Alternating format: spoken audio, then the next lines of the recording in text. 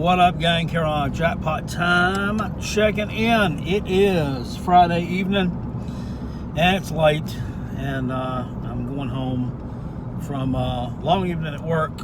And hey, got thinking, I have not offered up my innocence. No, I'm just kidding. I have not offered up a video as yet with my official score prediction of the South Carolina versus Auburn game tomorrow at noon in Williams-Brice Stadium. So I'm going ahead and do that right now. So just, a little bit of a backstory to this game. I understand that South Carolina is a underdog in this game of 3 points, but looking at the two teams this year, they appear to be headed in opposite directions. This year's Auburn team does not look like last year's Auburn team.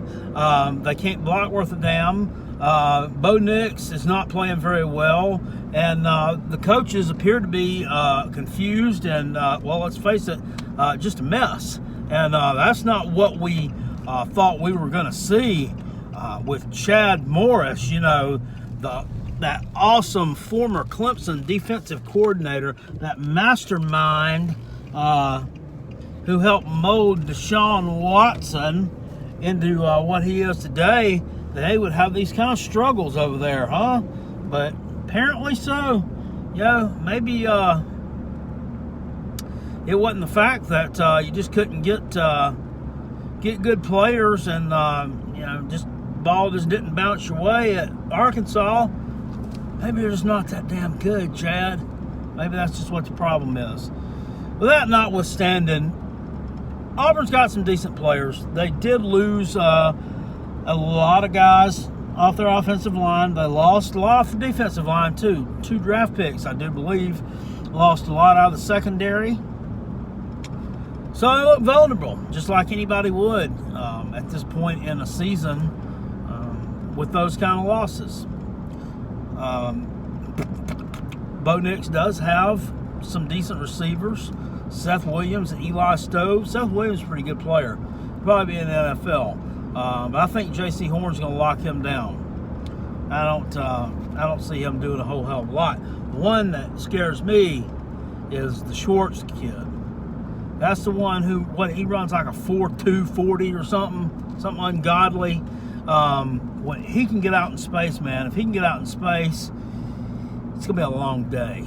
It's going to be a real long day, because that secondary of ours has looked like mush doo-doo against talented, skilled players who can get out in space, i.e. Kadarius Toney of Florida. They look flat-footed and dumb, and we got to limit any kind of big plays to Anthony Schwartz. That can be one that'll kill us tomorrow. Also, I saw where they got a freshman tight end, 6'2", 300, who will line up in the damn Wildcat and play quarterback. The hell kind of gimmicky bullshit is that? What the hell? What is that, man? They say he played some quarterback in high school. Okay, that's great. You played some quarterback in high school. I really don't think that's going to work in college or in SEC. Damn sure ain't going to work against my Gamecocks. But you can go on and see. You can go on ahead and try it. His last name is Pegues. I wonder if he's any kin to Lamont Pegues, who played for Clemson back in the mid '90s, back when we was slapping the shit out of him every year and laughing about it later. I think that might be his daddy. I don't know. But anyway, however, we're still an underdog to them. I really don't think it should be, but they are. And the reason why is just, South Carolina has not beaten this team since 1933. Yeah. That's back when women wore dresses everywhere, if they even went anywhere. Back when the Model A had just come off the assembly line. Back when men wore suits everywhere they went. If they went anywhere. If not, they went barefooted. There was pre-Great Depression, right? All right, during the Great Depression. Jeez, I bet they went to that game by train. That was the last time that South Carolina's beaten Auburn. So I think the name is more intimidating than the actual team. It's just the name and the stigma, the fact that you're 0-8 against them in SEC play. Yeah, lost to them 8 times. Lost to them 1 year twice. Lost to them twice. Anyway, this is the year that I believe that we finally get this done. The year we finally get that dub. Now, granted, we all know who our coach is, okay? And don't think that I've forgotten that just because we won last week in convincing fashion. Will Muschamp has been known at the University of South Carolina ever since year 1. After he has gotten a big win, and I know, yes, I know, it was Vanderbilt, right? We beat him 41-7, no. We beat him 41-7. What else were we supposed to do? What else would you have liked for us to do in that situation? We beat him 41-7. It was a good win. It was a good win.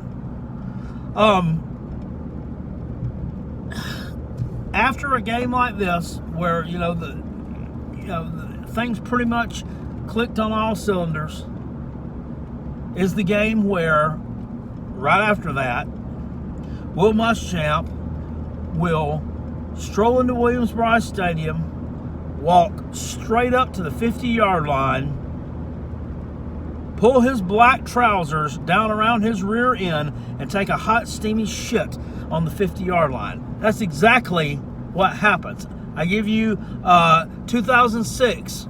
South Carolina starts off 1-0. Got a win on the road against Vanderbilt in his first game. 54-yard field goal as time expired to win the game, right? What do you do the next week? You go to a terrible Mississippi State team and you lose by like 3 touchdowns. 2017, you open up 2-0 on the road. You beat NC State, a team that nobody thought you were going to beat. Then you go on the road to Columbia, Missouri as a 10-point underdog. You beat them. Then what do the next week? You come home and play Kentucky, and you drop a hot, steamy shit on the 50-yard line. You do. You take on Clemson in 2017. You're only like a 13-point underdog because you come into that game with 8 wins, right? Come in there 8-3. What happens? Hot, steamy shit, 50-yard line. Oh boy.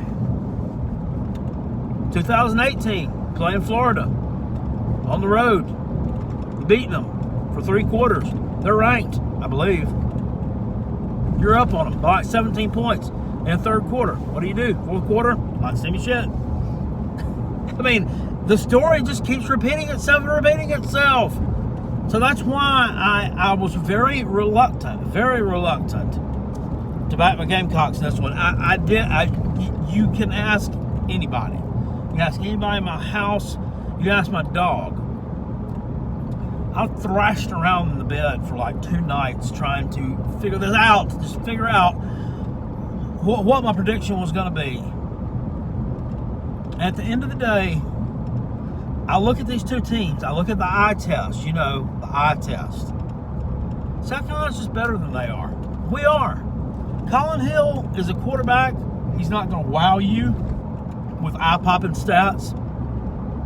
He's not going to give you Heisman Trophy-like numbers. He's not going to be on the top on everyone's first or second team all SEC quarterback ballot.